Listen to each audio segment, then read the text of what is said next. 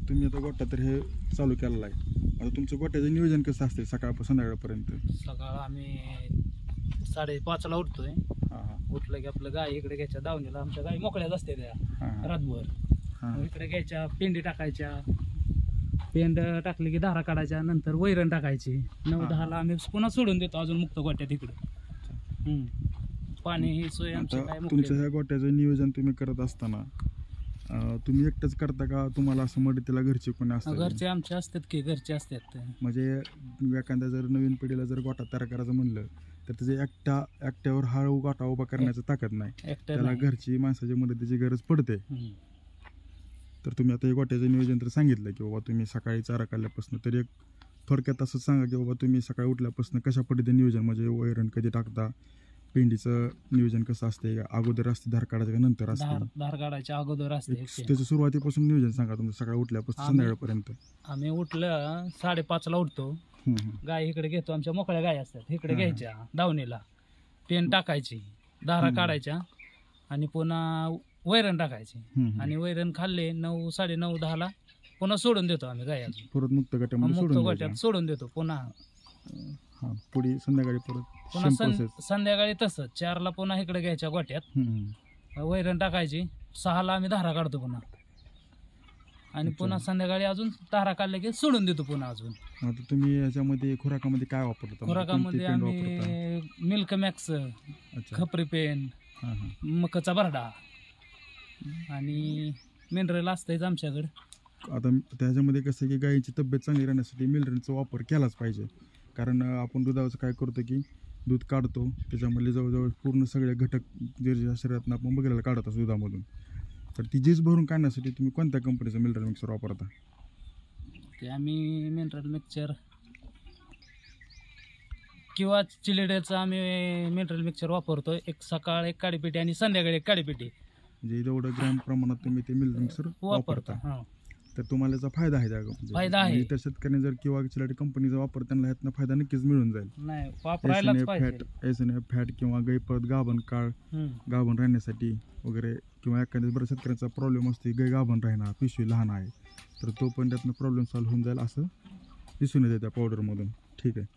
तर आता तुमचं झालं हे गोठ्याचं नियोजन, तुमचं खाद्य नियोजन बी तुम्ही सांगितलं. तर तुम्ही आता एकंदरीत गोठ्याचं तुमचं दिवसभराचं नियोजन, कामाचं नियोजन सकाळ संध्याकाळपर्यंत सांगा की तुम्ही वैरण कधी आणता, किती वैरण लागते, कुठे तुम्ही मुरघास बनवलेला आहे का तुम्ही रानामध्ये वैरण कशा पद्धतीने नियोजन केलेलं आहे? वैरण सकाळीच आणतोय एक 9, 9:30 वाजता. सकाळीच आणतो आम्ही वैरण. मुरघास ही काय आपण केलेलं नाही, डायरेक्ट रानातून जायचं, कापून घेऊन यायचं, कुट्टी करायची, नंतरच टाकायचं त्यांना. मग त्याच्यामध्ये सुका आणि ओली वैरण दोन्ही मिक्स मध्ये असते, वाळा दोन्ही मिक्स असतंय. आणि खुराक टाकताना तुम्ही पेंडीवरच खुराक टाकलं, वैरणीच खुराक टाकता? वैरणीच्या आधी खुराक टाकतो.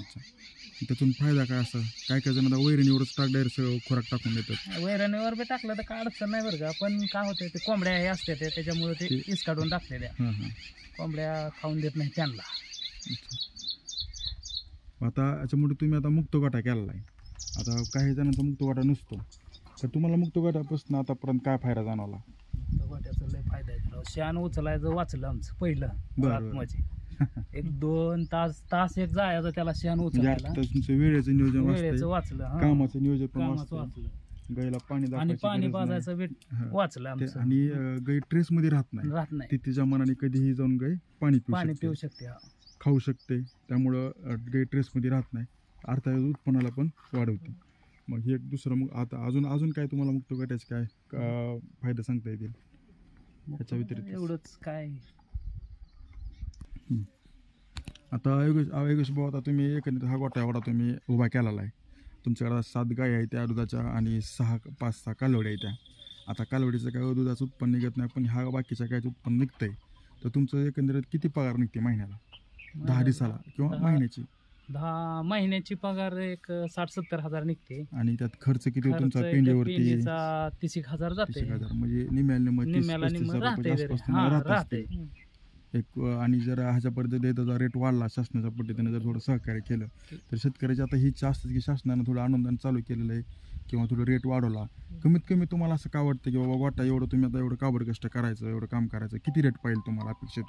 40 रुपये तरी निदान पाहिजे रेट, पण आता काय देत नाही तर काय करायचं. हां, तर शेतकरी मित्रांनो, आता ही प्रत्येक शेतकऱ्याची अशी गोष्ट आहे की कमीत कमी 40 रुपये रेट असेल तर हा शेतकरी उत्कृष्ट पद्धतीने त्याचा व्यवसाय परवडू शकतो. पण आता आपली थोडीशी काय म्हणायचं त्याला, आता ही थोडीशी नाराजीच म्हणायचं की आपल्या शेतकऱ्याजवळ 1-1.5 वर्ष झाला तर दुधाचा रेटच नाही आहे. 30-32 कधी कधी 26-28 पडला तरी महागा रेट आहे. तरी बी शेतकरी हा आपला कधी नाउमेद होत नाही. हा नेहमी करत राहतो आणि करतच राहतो. एवढं शेतकऱ्याकडनं बरेच गोष्टी आहेत घेण्याजोग्या. तर आता योगेश भाऊ, तुम्ही आता ही एवढं गोट्याचं ही तुम्ही आता सांगितलं उत्पन्न एवढं आहे बरोबर. तर आता मी एवढं गोट्यामध्ये एवढं बघतोय करतोय तर त्याच्या एका पण गाईच्या अंगावरती गुचिड दिसत नाही. तर बऱ्याच शेतकऱ्यांना काय होतं की गुचिडावरती बराच खर्च होतो. गोचाळची बाटली घ्यायची, टिकटॉकची किंवा इतर अदर कंपनीची वापरायची, त्याच्यावर खर्च करायचा. पण तुम्ही असं म्हणताय की मी एक पण असं औषध कुठलं वापरलेलं नाही आता 1-2 वर्ष झालं, असं तर गोट्यामध्ये एक पण गुचिड दिसत नाही. तर ही गुचिड न दिसण्याचं कारण काय? आम्ही गाय तर मुक्त केलेल्या आहेत त्या पहिल्या, आणि गाय काय केलेलं आहे, कोंबड्या आहेत आमच्याकडे 50-60 कोंबड्या आहेत त्या, अंड्याच्या कोंबड्या. आणि ते गायीत सोडल्यामुळे का नाही गोचिड पाक खाऊन घेते त्या गायी बसल्या खाली. हा, त्याच्यामुळं गोचिड काहीच नाहीत तर राहिलेलं याला. म्हणजे उत्पन्न तर ह्यातनं वाढतंय, तर काहीच नाही. कोंबड्याच्या अंड्यातून पुन्हा भेटतंय. आता काही शेतकऱ्यांच्या गोट्यावरती मी बदक पण बघितलेला आहे. तर ते शेतकरी मित्रांनो, तुम्ही जर ह्यांच्या योगेश भाऊ सारख्या जर गोट्यामध्ये जर कोंबड्याचं जर तुम्ही जर नियोजन केलं, एक 10-15 कोंबड्या जर ठेवल्या तर ती सगळं स्वच्छ करून ठेवणार. तो गाईच्या अंगावरचं पण गोचिड खाणार, खाली पडलेलं पण गोचिड खाणार, आणि त्याच्यामुळे दुधाला गाय पण आजारी पडत नाही. गुचिड तापाला जर गेलं शेतकऱ्याच्या अंगावरचं घामच निघतो. गुचिड ताप म्हणलं की बराच खर्च आहे त्याच्यामध्ये, मेडिसिनवरती गुचिड ताप करण्यासाठी इंजेक्शन द्यायची महाग आहे ती. तर हा खूप महत्त्वाचा विषय आहे की साधी गोष्ट आहे की तुम्ही कोंबडी पालन सोडा कोंबडी पालन गोट्यामध्ये ठेवा, करा.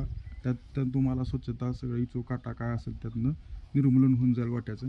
आता ह्यांच्या गोट्यामध्ये पण कुठंसुद्धा गाईच्या अंगावरती गुचिड दिसत नाही. त्याचं मागचं कारण हे आहे की ह्यांनी थोडक्यात कुक्कुटपालन आणि इकडे शेळीपालन पण त्यांनी केलेलं आहे. आपण ते पण पुढच्या वेळेस प्रश्नामध्ये घेणार आहे. पण आता सध्या गाईच्या अंगावरती गुचिड नाही महत्त्वाचा विषय. म्हणजे हा खूप इंटरेस्टिंग विषय वाटला मला की त्यांनी साध्या गोष्टीतनं बारीक गोष्टींना बघितलं की कोंबडे पालन करून गुचिड त्याचं निर्मूलन त्यांनी केलेलं आहे, कुठलंही औषध पाणी न वापरता. आता योगेश भाऊ, तुम्ही आता एवढं गोट्याचं नियोजन तुम्ही आता एकटं तर बघत नसाल, तुम्हाला तुमच्या घरचे सगळे मदत करत असतील. तर आता तुमच्या घरच्यांचं आई वडील किंवा तुमच्या घरचे असतील तर तुमचं कशा पद्धतीने तुमच्या सगळ्यांच्या हातमध्ये काय रोल आहे? कारण कसं असते, प्रत्येक पुरुषाच्या मागं एक स्त्रीचा हात असतो, मग ते आई असते, आपली बायको असते, किंवा आपलं पाठीवर हात आपल्या वडिलांचा असतो. तर कुठलाही उद्योग उभा करायचं म्हणलं तर आपल्याला ह्याच्या सगळ्यांचा आशीर्वाद आपल्याला असलं पाहिजे, तर महत्त्वाचं. तर ही आशीर्वाद असल्याशिवाय आपण कधी यशस्वी होत नाही. तर तुमच्या बी यशामध्ये असा घरच्यांचा वाटा असेलच असं मी गृहीत धरतो. तर त्यांच्याबद्दल तुम्ही 4-2 शब्द सांगा. काय, आम्ही 4 जण आहे, 4 करतो आम्ही. आमचे वडील करू लागतात आम्हाला, आई करू लागते, आमच्या घरचे पत्नी करू लागते, आणि मी बी करतो. त्यामध्ये कामाचं काय काय रोल आहे तुमच्या? त्यामध्ये सकाळ वडिलांकडे असते वैरण बिरण काढायची, तर घरी असले की वडीलच काढतात घरची वैरण. बाहेरून आणायचे असले तर मग मी जातो. तर घरचे आपलं हे पेंडे हे टाकू लागतात, सगळे आम्हाला घरचे करू लागतात काम. म्हणजे तुम्ही सगळे मिळून आम्ही करतो काम. गोटा तुम्ही उत्कृष्ट पुढे ठेवण्याचं सध्या करण्याचं काम करताय. माझा तुम्हाला महत्त्वाचा प्रश्न योगेश भाऊ, आता आपल्याला कसं आहे की नवीन पिढी हा एखादा उद्योजक बनायचा असेल, त्यांना असा गोटा तुमच्यासारखा उभा करायचा असेल, म्हणजे गाई पालन असेल, कालवडे पालन असेल, कुक्कुटपालन असेल किंवा शेळी पालन असेल, आता हे तुमचं तिन्ही एका ठिकाणी. तर ह्या नवीन पिढीसाठी तुम्ही काय सांगशाल त्यांना की बाबा ह्या गोट्यामध्ये येताना तुम्ही एकदम 2 गायी का एकदम 10 गायी, किंवा तुम्ही टप्प्याटप्प्याने कशा पद्धतीने यशस्वी होऊ शकता, ह्याच्याबद्दल नवीन पिढीसाठी तुम्ही यांना मार्गदर्शन करा थोडक्यात. आम्ही पहिल्यांदा एकच घेतली, आमच्या वडिलांनी पहिले एकच घेतलेली.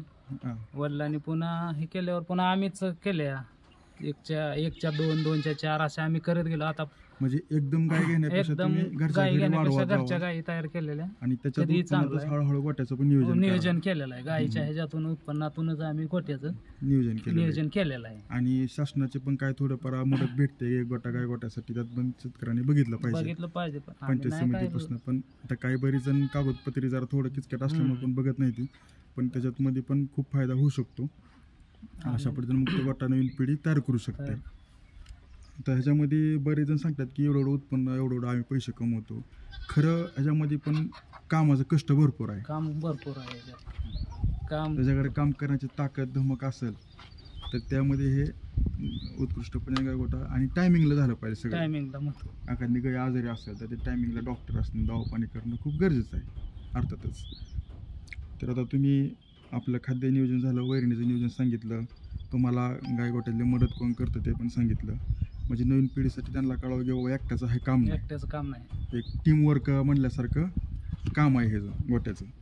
तर तुम्ही आता तुमच्या रानामध्ये वैरण आता काय काय लावलेलं आहे तुम्ही? आता काय नाही, आता उन्हा आता आम्ही पुन्हा करतोय मक्का, हां, कडवळ, असं कुठला नेपियर घास नेपियर आहे की नेपियर आमच्या घास आहे. नेपियर घास आहे. नेपियर घासचं काय म्हणून लावला, काय फायदा त्याचा नेपियर काय घासचा? त्याचं दूध निघत नाही त्यानं, पण आपलं एक भूक वाढीसाठी हा वाढीसाठी भूक दुसऱ्याची मंदावली. वैरण जे आणून घालायची ती आपली घरची थोडी आणि ओली मेथी घास वैरणीसाठी. मेथी घास नाही का वापरत मेथी घास नाही आम्ही वापरत. तुम्ही? अच्छा. मक्का आणि खुराकामध्ये तर तुम्ही काय आपलं हाय पेंट कोणत्या कंपनीचं पेंट चालता मिल्क खुराकामध्ये? मॅक्स नेचरचं आहे. नेचरचं हा. Milk max. अच्छा. आणि एखादं कॅल्शियम वगैरे कोणतं? कॅल्शियम नाही. कॅल्शियम नाही. योगेश भाऊ, आता आपल्या गोट्याचं टेक्स्चर एक थोडक्यात शेतकऱ्यांना सांगा. म्हणजे किती बाय कितीचं तुम्ही गॅसमध्ये अँगल गॅप ठरलं आहे, तर पत्र कसं वापरलं आहे, तर आणि दावणीचं नियोजन कसं केलेलं आहे, वैरणीचं नियोजन, पाण्याचं नियोजन शेतकऱ्यांना थोडक्यात सांगा. हे आम्ही शेड केलेला आहे 24 बाय 40 आहे. हां, म्हणजे असं 24 आणि असं 24 आहे, असं 40 आहे. 40. आणि दावण केलेले आम्ही तिथं कालवडी बांधाय, कालवडीला वैरण टाकायसाठी. गाय आमच्या इकडं दावणीचं असते, नियोजन तुम्ही कशामध्ये प्लास्टिकचं म्हणजे प्लास्टिक baler मध्ये करून केलं केलं का? बॅलर. हा, म्हणजे कमी खर्चामध्ये कमी खर्चामध्ये बॅलर केलेलं आहे. आणि आम्ही ह्यात वैरण टाकल्यानंतर त्यांचं ह्याच्यात वैरण वैरण करून टाकलं खाऊन होते ते. आणि इथून परत पाण्याचं नियोजन कसं पाण्याचं केलेलं आहे? नियोजन तिकडे केलेलं आहे आम्ही. हौद केलेला आहे पहिला, हा इकडं समोरचा हौद. हौद केलेला आहे. शेतकरी हौदात मित्रांनो, इकडं ह्यांनी वैरणीचं नियोजन करून वैरण टाकलं. पशु हा वैरण मनानं खाणार, पाणी प्यायला त्याला जेवढं पाहिजे तेवढं मनानं पाणी पिणार. म्हणजे एक ट्रेसमध्ये गाय यायचं काय संबंध नाही, जेवढं पाहिजे तेवढं त्याच्या मनाजोगं त्याला भेटते. आणि हे अँगलचं हे कसं नियोजन तुमचं आता हे याला तरी साधारण आता योगेश भाऊ, ह्या गोट्याला तुमचा किती खर्च आला सगळा मूत गोट्याला? म्हणजे आता हे वरचं शेड वगैरे सगळं, हे दावण, पाण्याचं त्याला हौद, एक तरी बघा 1 लाख 1.25 लाखापर्यंत गेलेला आहे आपला खर्च ह्याचा अच्छा. सगळा. हां हां. म्हणजे 1,00,000-1.25 लाखाच्या खर्चामध्ये हा तुमचा मुक्त गोटा तयार आहे. तयार आहे. मला वाटतं तुमचा हा मुक्त गोटा असं 50 आपलं 50 बाय 50 फूट असेल, 60 बाय 60 आहे. 60 बाय 60 60 बाय 60 आहे. फुटामध्ये मुक्त गोटा यांनी गायींचा केलेला आहे. आता पाडायला साईडला त्यांचं मुक्त गोटा शेळ्यांसाठी पण त्यांनी उभारला आहे. आपण शेळ्यांकडे जाऊया. शेळीपालन पण त्यांनी कशा पद्धतीने केलेलं आहे बघूया. कसं शेतकरी मित्रांनो, गाईचा जोडधंदा करत असताना त्याला जोडधंदा असणं खूप गरजेचं आहे. म्हणजे शेळीपालन असू द्या किंवा कुक्कुटपालन असू द्या. तर योगेश भाऊ यांनी शेळीपालन पण चांगल्या पद्धतीने केलेलं आहे. त्यांच्याकडे एक 10-12 शेळ्या आहेत, तर त्यांचं शेळ्याचं उत्पन्न चांगल्या पद्धतीने आहे. त्या वर्षाकडे योगेश भाऊ तुमचं किती उत्पन्न याला चाललं शेळ्यांचं? शेळ्यांचं उत्पन्न तरी साधारण एक 50-60 हजार रुपये आहे वर्षाकाठी. वर्षाकाठी. शेळीचं पण उत्पन्न गोटा शेड वगैरे जाळी मारून असं चांगल्या पद्धतीने जाळी केलेलं आहे. केलेलं आहे. एक पहिल्या जुन्या पद्धतीने कसं शेळ्या उगं माळावर चालत बसायचं दिवसभर, ही आता पद्धत बंद झाली. आता मुक्त गोट्यामध्ये थोडंसं गाईवर त्यांना आणून टाकायचं आणि एक त्यात पण बिन तक्ते कोणतेही टेन्शन न घेता कुठली शेळी आजारी पडली कमी उत्पन्नात जास्त उत्पन्न होतं. कमी खर्चामध्ये जास्त उत्पन्न होतं. आजारी नाही कुठली शेळी आजारी पडण्यास पाणी बिणी पेटत ते मना नसते. आणि महत्त्वाचा विषय म्हणजे काय की एखादी गाय आजारी पडली तर ही कली एखाद्या शेळीच्या बोकडाच्या पैशाच्या उत्पन्नातनं ती कली कसं भरून निघते. म्हणजे गायीच्या धंद्यासाठी शेळीपालन हा पशु हा उत्पन्नासाठी एक जोडधंदा म्हणून उपयोग ठरतो. योगेश भाऊ, आता आपला एक शेवटचा प्रश्न की आता ही लय महत्त्वाचा प्रश्न आहे शेतकऱ्यांसाठी, सगळ्यासाठी, तुमच्यासाठी. काय होतंय की आपण सगळे जगायचं संगोपन चांगल्या पद्धतीने करत असतो, बरोबर का? तर काय होतं की गाय आजारी पडणं, त्याच्यामुळे काय होतं की डॉक्टरवरती आणि मेडिकलच्या औषधावरती खूप खर्च होतो शेतकऱ्यांचा. तर हा खर्च टाळण्यासाठी आपण गोट्याची कशा पद्धतीने काळजी घेतली पाहिजे असं एक तुमच्यातनं एक शेतकरी मित्रांना पण कळू द्या बाकीच्यांना पण. म्हणजे काय आहे, टायमाला त्यांना धुणं, हां टायमाला खाऊ घालणं, टायमाला पुन्हा काय असेल ते मिनरल मिक्सचर बी द्यायचं काम आहे. हां म्हणजे झीज भरून काढण्यासाठी एक रोग प्रतिशत वाढवण्यासाठी ते गरजेचं आहे. आणि नंतर काय करायचं, पाण्याची व्यवस्था एक महत्वाची आहे बघा त्यात. हां टायमाला स्वच्छ पाणी स्वच्छ पाणी, त्याच्यासाठी का नाही कसं आहे, शेतकऱ्याने खचून न जाता काहीतरी हे करणं महत्वाचं आहे बघा. गाय आजारी पडतेच, पडले तर काय एवढं म्हणजे त्याचं हे करायचं नाही. आपल्या आपण म्हणजे जेवढं लवकरात लवकर ध्यान देईल. देणं जवळच्या तवा बघितलं हे डॉक्टर औषध लिहून दिले तर लगेच त्या गोष्टी कव्हर होऊन जातात ते महत्वाचं आहे. म्हणजे तुम्हाला थोडक्यात काय सांगायचं आहे की एखादी गाय आता आजारी पडली तर आता त्याला काही नाही इलाज आहे, नाही तेवढा पडते ते खर्च आपल्याला करावाच करायला लागतो. लागतंय. नाण्याला दोन बाजू असतात, त्यामुळे धंद्यामध्ये शेतकऱ्यांना उतरताना ही बाजू धरून ठेवायचं की आजारी पडणारच आहे, मग तिथं खचून न जाता तेवढ्या पुरतं उमेद न सोडता राहणं शेतकऱ्यांनी गरजेचं आहे.